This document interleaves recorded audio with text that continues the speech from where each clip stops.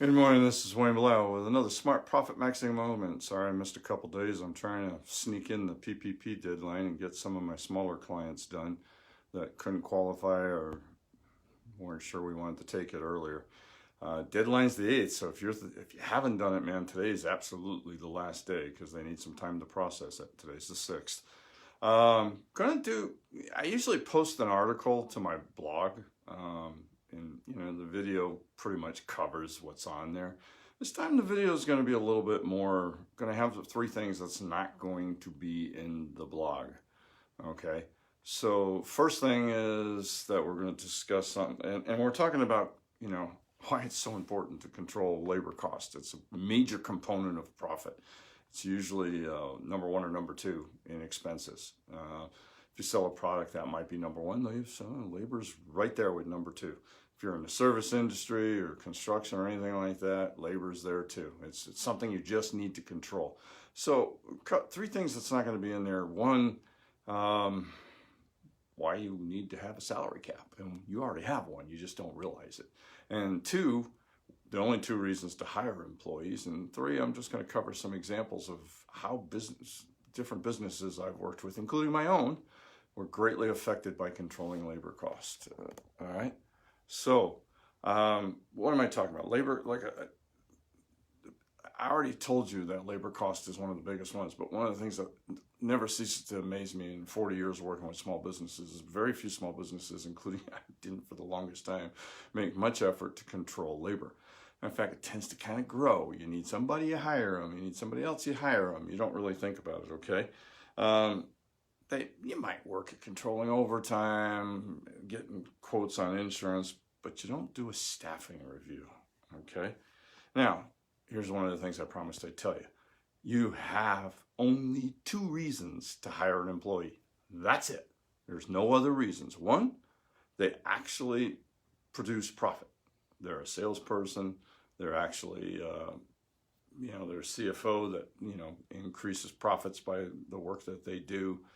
They produce a product, all right? The second reason is they actually make the employer's job, your job, easier. And they help you free up time so that you can focus on the only things that matter to a business owner, getting new customers and increasing profits. End of discussion. If they don't do those two things, why are they there? All right. And you do have a salary cap. All right. Salary cap is simple. You want to calculate it and see where you're at. Take your sales minus your product cost. All right. Product cost, physical product cost, not labor. Okay. So take your sales minus your product cost, minus what you think you want to make in profit, 15, 10, 20%, whatever that is, 5%, I don't care. Whatever your profit is, subtract overhead cost, and that's your labor, that's your salary cap. Now compare that salary cap to what you're actually paying in payroll. You'd be amazed how often you're in a negative. So every business has a salary cap and needs to be run very similar to a pro sports team, where you have to live in that salary cap to accomplish your goal. Now, there's ways to increase that salary cap, which is simply raise your sales, all right, cut other costs. But at the moment, that's your salary cap, okay? And the most important thing is to control your labor costs. So it's really very easy. At least once a year, I recommend the following to every business. Scrutinize every job in your company to determine how it fits in the entire operations in accordance with your company's long-term objectives. Wow, that's a mouthful. Every job has to, in your total company, has to somehow help your long-term objectives. It has to help you achieve them. Probe all aspects of each job, its basic functions, the level of work being performed, its relationship to other jobs, and so on. Second, decide if any jobs should be eliminated and those responsibilities shifted to someone else in the department, or outsourced. Can this job, has anyone been performing work that lies well outside his or her assigned responsibilities? That usually leads to inefficiency. Do all positions require full-time workers, or can one be filled with a part-time worker?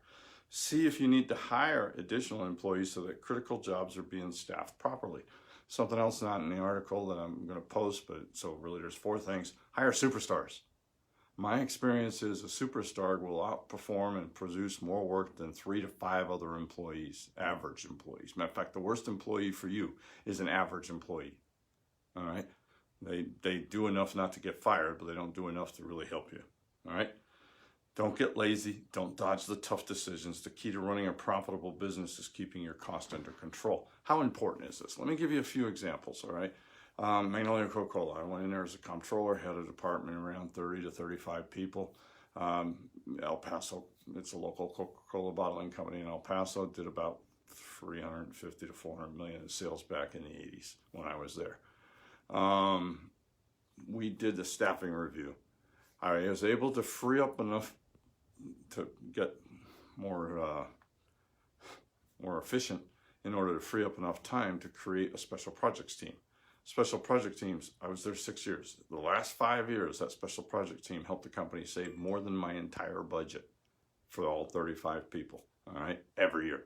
And in one particular year, which was really a home run year, we saved we showed how to increase productivity across one particular department in production that saved the company over $10 million a year. That's pretty huge. It gets better. We took over the accounting for 5 other plants. All right, they had plants in 2 large ones in Las Cruces, Waco, and Tucson. We took over theirs and a couple of small ones. All right, with the same staff. We didn't do anything different. All right, so let's move on to another client of mine who was losing about $180,000 to $200,000 a year. When we did the projection, the last 12 months, they had lost about that much. Did the staffing review, they looked at it pretty strongly. Sales stayed the same. $4 million company, sales were about $14,000 higher, which is a rounding error for all practical purposes. It's cut off. It's an extra day of sales, barely. All right. Their income had flipped 180 degrees. Instead of losing 180 to 200,000, they were making 200,000 just by controlling labor costs. Now I'm going to take myself. All right. A couple of years ago, we got rid of bookkeeping, got rid of the staff, outsourced the work to somebody else. To people who do that, that's all they do is bookkeeping, so they're much more efficient than I was. And the first year, my sales went down by 40,000. My profit went up by $80,000. That's important because that shows that sales is not important, profit is. All right. The next year, sales increased more by about 15%. This year, we're going to be 25% higher. All right. And profit went through the ceiling. We still haven't hired anybody. We're gonna have to. I mean, it's just no doubt about it. At some point, you have to. What am I showing you with these 3 examples? Yes, it's difficult to control labor costs, but the rewards are huge. And the most profit you can get is by being smart and thinking about controlling labor costs. All right. Remember, only 2 reasons to hire somebody. They directly affect the bottom line, or they make your job easier so you can concentrate on the 2 things that matter most: getting more customers, keeping them as long as possible. So sales related, which is getting more customers, keeping them as long as possible and having them buy as much as possible, and increasing profits. Those are the only 2 things. If they don't help you do those 2 things, why you got them? Hey, until next time, this is Wayne Blau saying, let's make this our most profitable year ever. Thank you very much.